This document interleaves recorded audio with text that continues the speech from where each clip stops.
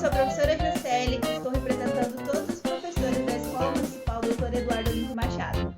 Vamos a mais uma aula? Então, antes de dar continuidade aos nossos estudos, vamos relembrar o que são ângulos. Ângulo é a região entre duas semirretas que partem de uma mesma origem. Vamos dar uma olhada. Origem O aqui, nesse ângulo. E nós temos um ponto em O e um ponto em A. A gente traça uma reta, né, uma semirreta, que é um pedaço de uma reta, formando esse primeiro lado desse ângulo. E depois, já que o ângulo é formado por duas semirretas que saem de uma mesma origem, vamos fazer o outro lado. Como foi feito o outro lado desse ângulo? Saiu da origem e foi para o ponto B. Traçou-se essa semirreta, então aqui, essa região de dentro, nesse caso, a gente chama de ângulo, tá? E aí, existem alguns instrumentos para medidas de ângulos, mas todos os instrumentos eles medem em grau. É diferente do grau de temperatura, tá? Só para ficar claro. Grau de temperatura é grau Celsius, tem graus Fahrenheit, mas não tem nada a ver isso aqui, ok? São graus que medem os ângulos.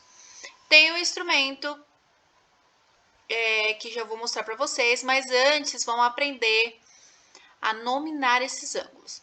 Os ângulos eles podem ser representados dessa maneira, né? Dessas maneiras, porém o mais comum e o que nós vamos encontrar no exercício é essa representação aqui, ó. A, O com acento circunflexo, B. Percebam que as letras são maiúsculas, tá?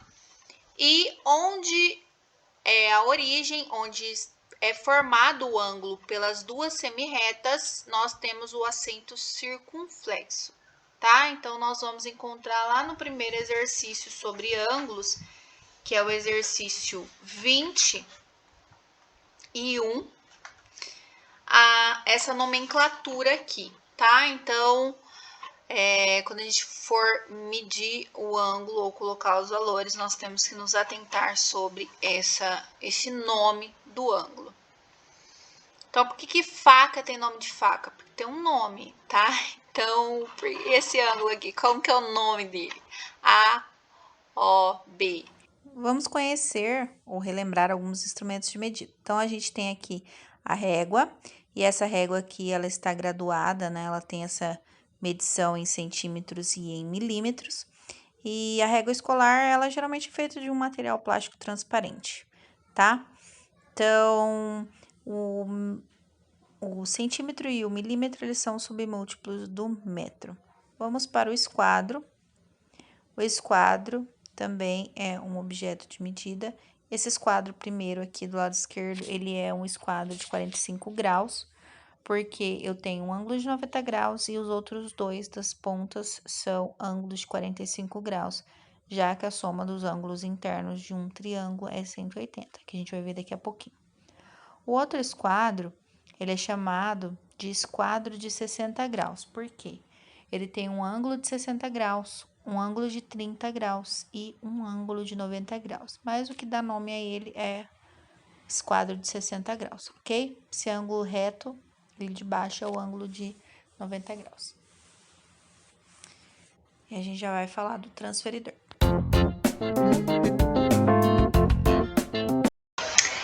Vamos falar de transferidor. Transferidor é um instrumento para medição de ângulos, ok? Esse transferidor aqui, que está representado, também é um transferidor escolar, né? Transferidor que também pode ser feito no material acrílico.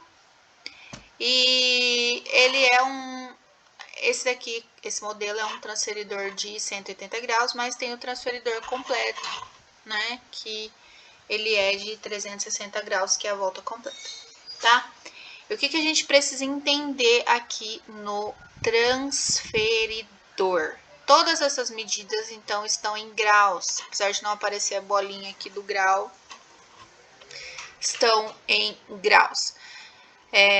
Ele pode ser medido tanto da direita para a esquerda, utilizando os números que estão em cima, e também medir os ângulos da esquerda para a direita, utilizando os números que estão dentro.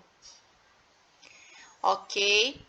Então, nós veremos nos exercícios, principalmente no exercício número 21, os ângulos aqui, e nós vamos medir, né, olhar na figura e ver onde as aberturas estão e aí marcar o ângulo. Então, a gente perceber aqui, ó, vai do 0, depois do 10, 20 graus, 30 até o 180, tá? E aí, se a gente medir de lá para cá, ângulos que estão virados para esquerda, para abertura esquerda, nós também podemos medir, né? 0, 10, 20, 30, 40 e assim por diante. Aqui no meio é o centro e essa linha de baixo ela é chamada de linha de fé. Essa linha ela vai ficar sempre alinhada com um dos lados do ângulo para que a gente meça, tá? Fora. E do 0 ao 180 também, só que do lado direito para o lado esquerdo. Então, a medição ela pode ser do lado esquerdo para o lado direito ou do lado direito para o lado esquerdo. O que a gente vai ter que levar em consideração? Que o centro do transferidor ele vai estar com o vértice do ângulo, então na origem do ângulo, e a linha de fé do ângulo do transferidor vai estar alinhado com o lado do ângulo. No caso, o ângulo que o lado estiver no 0, nós vamos partir dele para a direita ou para a esquerda e medir esse ângulo. Mas espera lá, vamos ver como vai funcionar. Vou fazer os dois primeiros aqui para vocês entenderem, então, como se dá essa medição. O ângulo AOB. Então, o ângulo AOB é esse ângulo aqui, tá?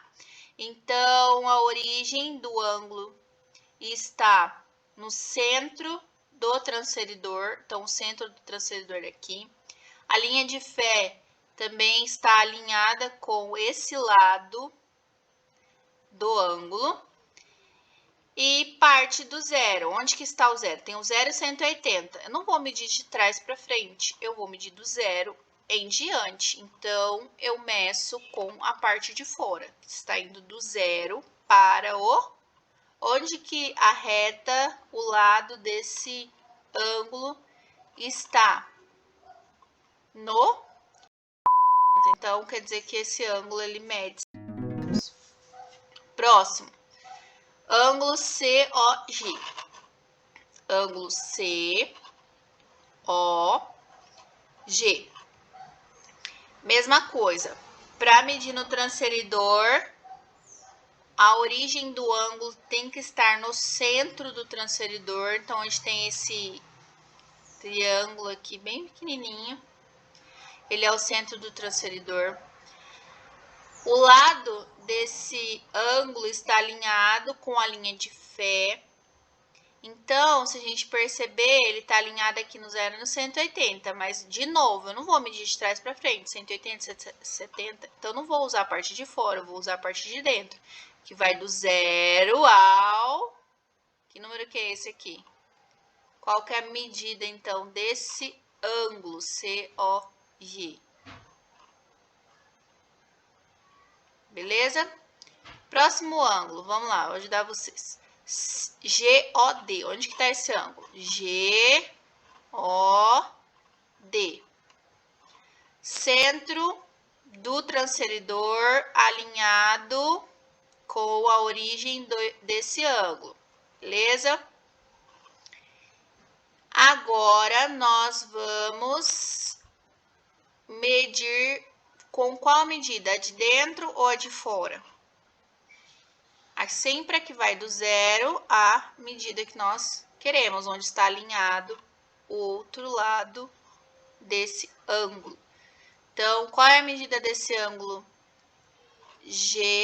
GOD. Onde está marcando aqui?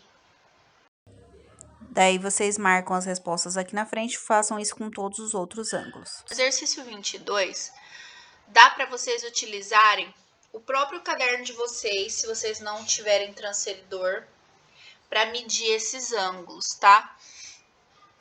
Vamos ao passo a passo. Uma folha branca, pode ser de caderno, e o caderno de atividades. Ali eu coloquei na frente da janela. E depois eu marquei os 3 pontos de cada ângulo. Depois eu liguei os pontos com régua, ou pode ser esquadro. Recortei os ângulos, marquei ali, recortei os ângulos. Fiquei com os 4 ângulos. Eu coloquei A, B, C, D para eu não me perder, né? Depois eu coloquei em cima do transferidor da atividade 21 para medir. Olha lá, alinhado certinho. Se você tivesse com transferidor, você vai colocar o transferidor, o centro dele alinhado bem em cima aqui do vértice, né, da origem desse ângulo.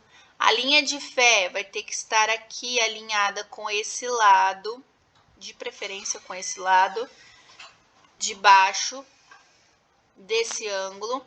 E aí você vai conseguir medir essa abertura, tá? Mas, como eu sei que muitos de vocês não têm o transferidor, eu coloquei esses ângulos dentro do transferidor aqui, tá? Então, dá uma olhada. A letra A é exatamente o mesmo ângulo, mas, nesse caso, o transferidor está alinhado, né? E o ângulo também foi alinhado de maneira que o centro do transferidor está exatamente aqui na origem do ângulo. A linha de baixo está alinhada com esse lado do ângulo. E agora nos resta medir o ângulo em graus. Então, do zero ao... Que número que é aqui aproximadamente? Acho que antes do 45, né? Ó, porque é um pouquinho antes do grau que está entre 40 e 50, certo? Letra B, ó. Esse ângulo estava dessa maneira. Olha como ele foi colocado aqui dentro do transferidor. Então, a origem está coincidindo com o centro do transferidor.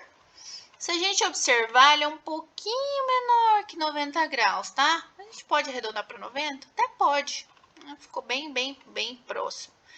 Então, o lado do ângulo está na linha de fé. A origem está no centro do transferidor. E, então, qual é a medida? Vai do zero à medida que nós queremos. Qual é a medida que está indicando aqui? C.